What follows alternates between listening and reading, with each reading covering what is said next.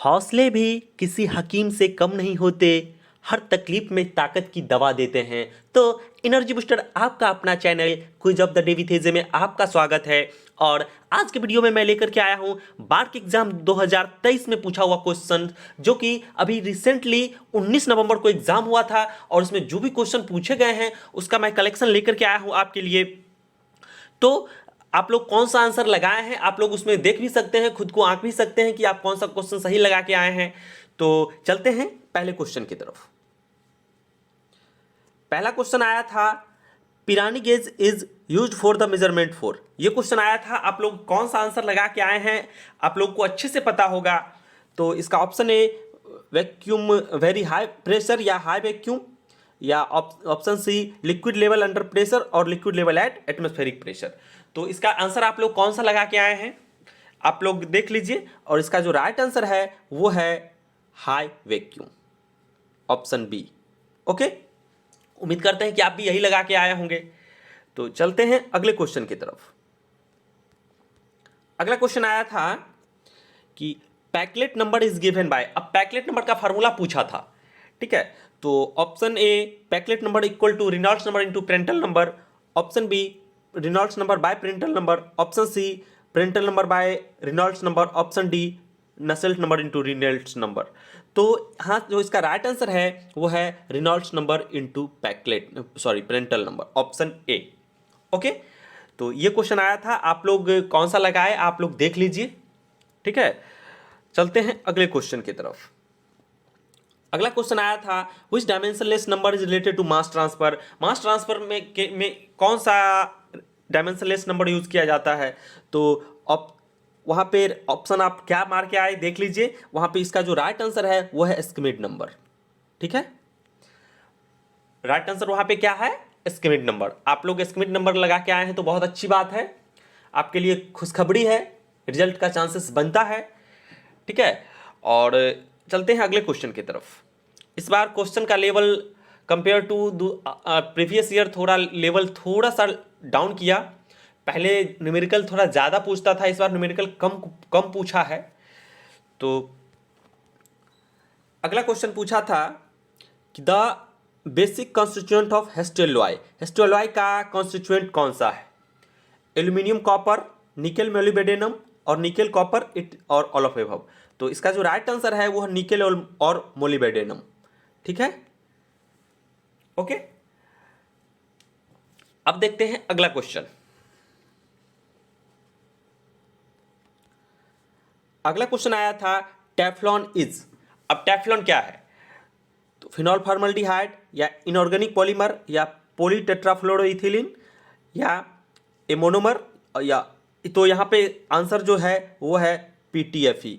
PTFE जिसको पॉलीटेट्राफ्लोरोइथिलीन बोलते हैं उसी को टेफ्लॉन बोलते हैं, ठीक है। तो ये क्वेश्चन आया था, ठीक है। या फिर क्वेश्चन जो लोग लिख के जिनसे मैं कलेक्ट किया हूं डाटा, क्वेश्चन ये भी हो सकता है कि पीटीएफई जो है पॉलीटेट्राफ्लोरोइथिलीन किसको बोलते हैं, तो उसका आंसर टेफ्लॉन हो जाएगा, ठीक है। तो यहाँ पे क्वेश्चन इस टाइप का था इसलिए मैं ये लेकर के आया हूँ। क्वेश्चन ये पूछा था, अल्टीमेटली जान लीजिए कि टेफ्लॉन जो है पीटीएफई को बोलते हैं, ये क्वेश्चन आया था, ठीक है। आप लोग सही मार के भी आए होंगे, इजी क्वेश्चन है, ठीक है। और उसके बाद ये क्वेश्चन आया था third law of thermodynamics is concern with the. Third law of thermodynamics क्या है, तो इसका राइट आंसर जो है वो एब्सोल्यूट इंट्रोपी वैल्यू, ये इंट्रोपी को बताता है, ठीक है। आप लोग कौन सा आंसर लगा के आए होंगे आपको अच्छे से पता है। उसके बाद अगला क्वेश्चन जो आया था वो पूछा था कि विच of the mentioned condition will favour synthesis of ammonia. Ammonia के लिए फेवरेबल कंडीशन क्या होगा, ये पूछा था क्वेश्चन, ठीक है। तो इसका आंसर आप लोग, आंसर एक्चुअली मैं नीचे लिख दिया हूँ, इसलिए आप लोगों का फोकस, आप लोगों का ध्यान उस पर चला जाता होगा। ये प्रैक्टिस नहीं करवा रहा हूँ इसलिए मैं आंसर यहाँ पे लिख दे रहा हूँ। तो इसका जो आंसर है इसमें ये है option B low temperature and high pressure. ये क्वेश्चन आया था, ठीक है। और इसका फेवरेबल कंडीशन यही है, ठीक है। उसके बाद अगर ये क्वेश्चन आया था catalyst used in steam reforming of naphtha. Steam reforming of naphtha में कौन सा कैटलिस्ट यूज किया जाता है? Option A nickel, option B platinum, option C silica gel और ऑप्शन डी रोडियम। तो इसका जो राइट आंसर है वो है ऑप्शन ए निकेल। ठीक है, चलते हैं अगले क्वेश्चन की तरफ। अगला क्वेश्चन आया था Newton's law of viscosity relates the. Newton's law of viscosity क्या क्या है, ये आया था। तो इसका जो राइट आंसर है वो है shear stress and rate of angular deformation in fluid. ये दोनों का रिलेशन है। ठीक है, न्यूटन्स लॉ, यहाँ से क्वेश्चन आया था। तो उसके बाद चलते हैं अगले क्वेश्चन की तरफ। अगला क्वेश्चन आया था multi stage centrifugal pump are used to obtain. Multi stage centrifugal का जो यूज किया जाता है वो क्यों किया जाता है? हाई डिस्चार्ज के लिए, हाई हेड के लिए, या पंपिंग ऑफ विस्कस फ्लूइड, या high head and high discharge. तो इसका जो राइट आंसर है वो है हाई हेड के लिए। ठीक है, क्वेश्चन कलेक्ट करने के लिए और इसका ये कलेक्शन करने में काफ़ी मेहनत मैं किया हूँ, इसलिए मैं 2-3 दिन बाद अपलोड कर रहा हूँ इस वीडियो को। तो चलते हैं अगले क्वेश्चन की तरफ। उसके बाद एक क्वेश्चन आया था mercaptans are added to liquefied petroleum gas to. LPG में जो मर्केप्टन जो ये मिलाया जाता है, क्यों मिलाया जाता है? Option A reduce the it's cost, narrow down it's explosion limit, exist in checking it's leakage from cylinder और इंक्रीज इट्स कैलोरीफिक वैल्यू। तो इसका जो राइट आंसर है assist it's checking it's leakage from the cylinder. ठीक है, जो आप लोग ऐसे भी घर में जब थोड़ा बहुत लीक होता होगा तो वो जो स्मेल करता है वो इथाइल मर्केप्टन की वजह से ही करता है। ठीक है, तो ये क्वेश्चन आया था। उसके बाद ये क्वेश्चन आया था कैपिलरिटी से आया था। Capillary action is due to, capillary action जो है सो किसके वजह से होता है?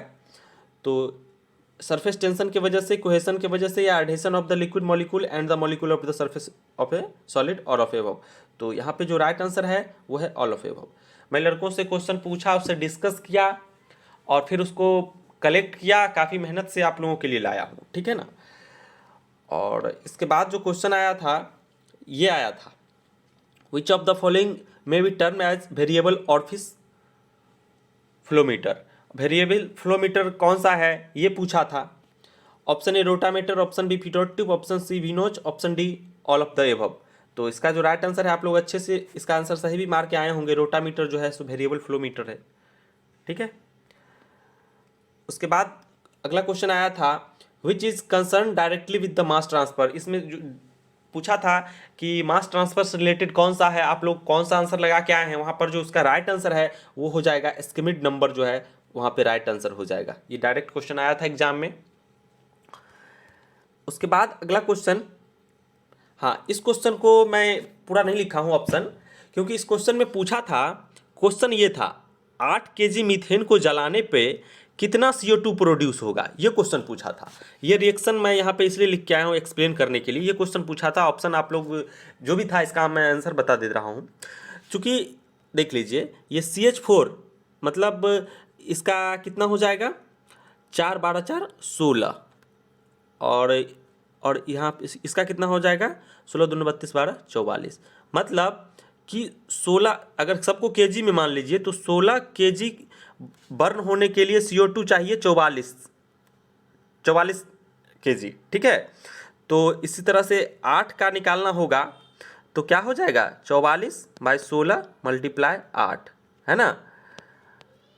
तो इसका जो राइट आंसर हो जाएगा वो हो जाएगा 22 kg। ठीक है, तो मतलब कि 8 kg मीथेन को जलाने के लिए 22 kg CO2 प्रोड्यूस होगा, सॉरी। ठीक है, मतलब 8 kg मीथेन को जलाने पे कितना प्रोड्यूस होगा, तो 22 kg CO2 प्रोड्यूस होगा। और आपके अगले एग्जाम के लिए, दूसरे एग्जाम के लिए थोड़ा बता दो, इस क्वेश्चन को ऐसे भी पूछ सकता है कि नंबर्स कुछ भी रहेंगे, पूछ देगा कि 10 kg मीथेन को जलाने के लिए कितना ऑक्सीजन का ज़रूरत पड़ेगा। ठीक है, तो उसको भी आप इसी कंसेप्ट से, ये काफ़ी इंपॉर्टेंट रिएक्शन है, यहाँ से क्वेश्चन अक्सर एग्जाम में पूछा जाता है ना। तो इसी तरह से आप लोग इसका सबका मॉलिक्यूलर वेट लिख लेंगे ना। ठीक है, और उसको फिर यूनिटरी मेथड से आराम से बना लेना है। ठीक है, तो इसका जो राइट आंसर है एग्जाम में जो आया था क्वेश्चन, उसका राइट आंसर है 22। ठीक है, 22 kg ये क्वेश्चन आया था। उसके बाद क्रीप स्ट्रेंथ से एक क्वेश्चन आया था। एग्जैक्टली मैं ये नहीं बता सकता कि यही क्वेश्चन आया था, एग्जैक्टली नहीं बता सकता, बट लड़कों से जब हमने डिस्कस किया तो वो बताया कि क्रीप स्ट्रेंथ से एक क्वेश्चन आया था।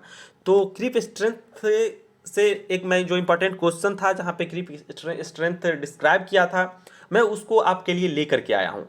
तो यहाँ पे क्वेश्चन है which one of the following static property. तो यहाँ पे स्टैटिक प्रॉपर्टी है क्रीप स्ट्रेंथ, और यहाँ पे इस क्वेश्चन को लाने का मतलब एग्जैक्टली मैं ये नहीं कह रहा हूँ कि यही क्वेश्चन आया था, मैं ये नहीं कह रहा हूँ।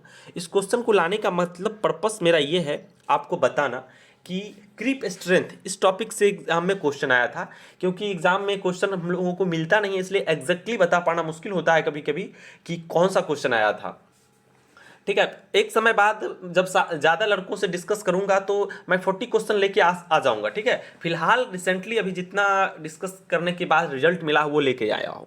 तो क्रीप स्ट्रेंथ ये होता क्या है, तो properties which are measured on constant external force are static mechanical properties. ठीक है, और creep strength is measured under constant stress, impact strength, fatigue strength and rebound hardness are dynamic properties. ठीक है, तो क्रीप स्ट्रेंथ जो major करता है वो इस सब चीज़ को मेजर करता है। ठीक है, और ये जो है डायनेमिक प्रॉपर्टी है। तो आप लोग क्रीप स्ट्रेंथ अगर आप एग्जाम दे के आ गए हैं तब तो आप एक बार क्रीप स्ट्रेंथ के बारे में बुक में अच्छे से पढ़ लीजिएगा।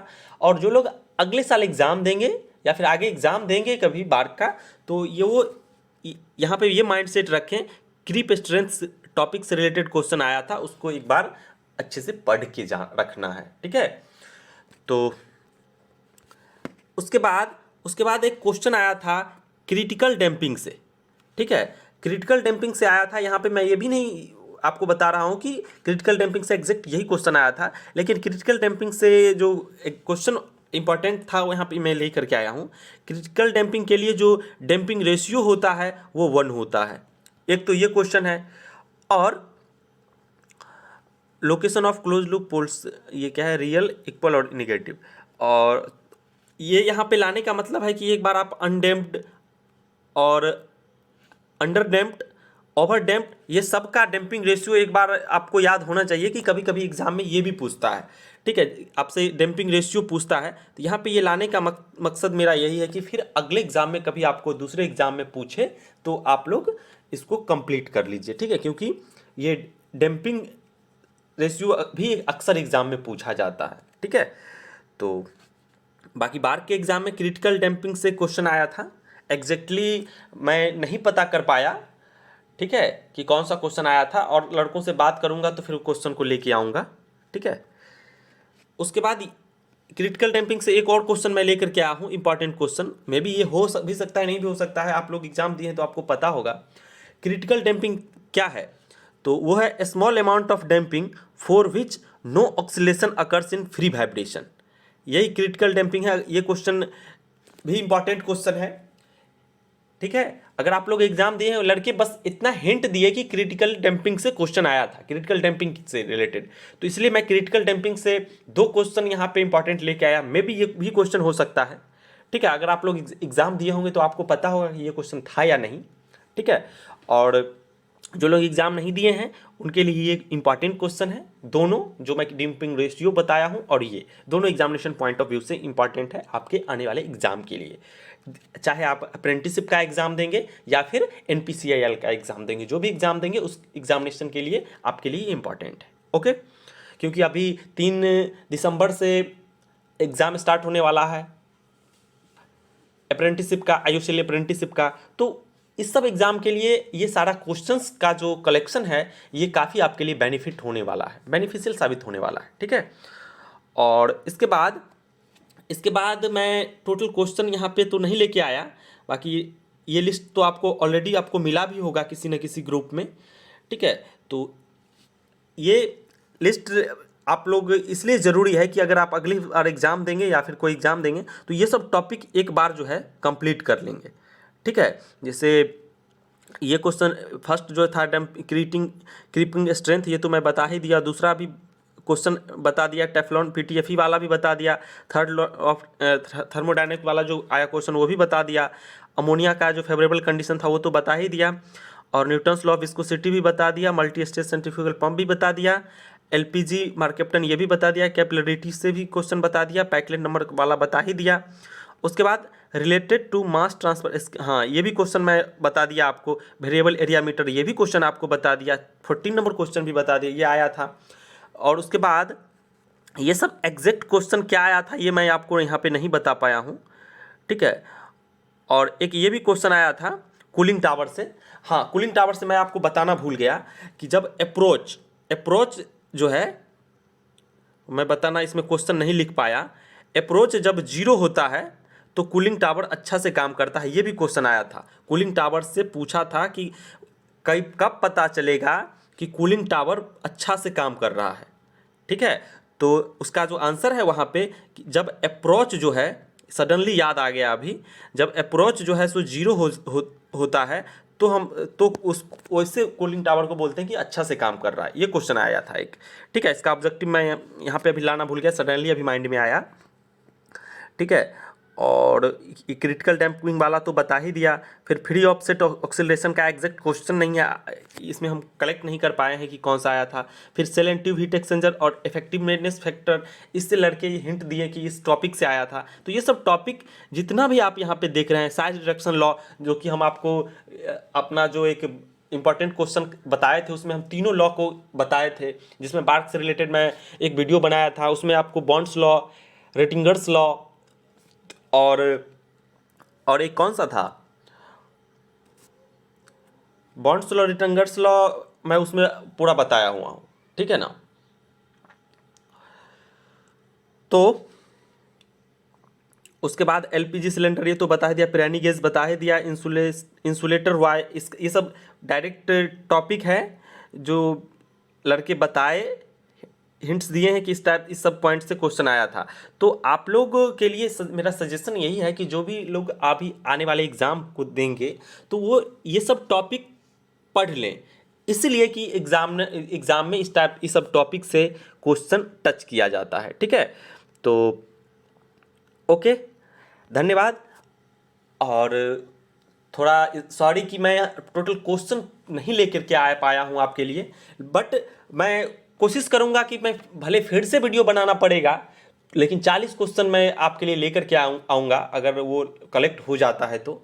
ओके, आपको अगर हमारा वीडियो अगर हेल्पफुल लगता है तो चैनल को सब्सक्राइब ज़रूर कर दें, बेल आइकन ज़रूर प्रेस कर लें, क्योंकि हम आपके लिए काफ़ी बेनिफिशियल वीडियो, काफ़ी हेल्पफुल वीडियो लाता रहूँगा, ठीक है। तो धन्यवाद।